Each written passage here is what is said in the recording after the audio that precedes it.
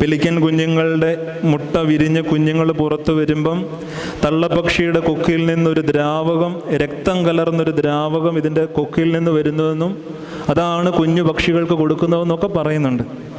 കഥ എന്തോ ആയിക്കൊള്ളട്ടെ, പണ്ട് മുതലേ ഉള്ള പാരമ്പര്യം നെഞ്ച് കുത്തി കീറി കുഞ്ഞുങ്ങൾക്ക് ചോര കൊടുക്കുന്ന തള്ളപ്പക്ഷിയാണ് ആര്? പെലിക്കൻ പക്ഷി. വിശുദ്ധ കുർബാന എടുത്തു വെക്കുന്ന പരിശുദ്ധമായ ത്രോണോസിൽ, ആ പേടകത്തിൽ ഈ പെലിക്കൻ പക്ഷിയുടെ ചിത്രം പിതാക്കന്മാർ കൊത്തിവെച്ചത് ഒരിക്കലും അവിചാരിതമല്ല പ്രിയമുള്ളവരെ.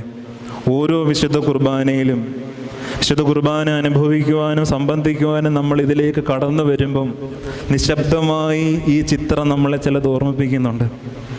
സ്വന്തം നെഞ്ചിലെ ചോര തന്നെന്നൊക്കെ നമ്മൾ പറയുന്നത് പോലെ അത്രത്തോളം സ്നേഹിച്ച് നമ്മുടെ മുൻപാകെ അന്നമായി വിരുന്നായി വന്ന ഒരു കർത്താവിനെ ഇത് ഓർമ്മിപ്പിക്കുന്നുണ്ട്. ഞാൻ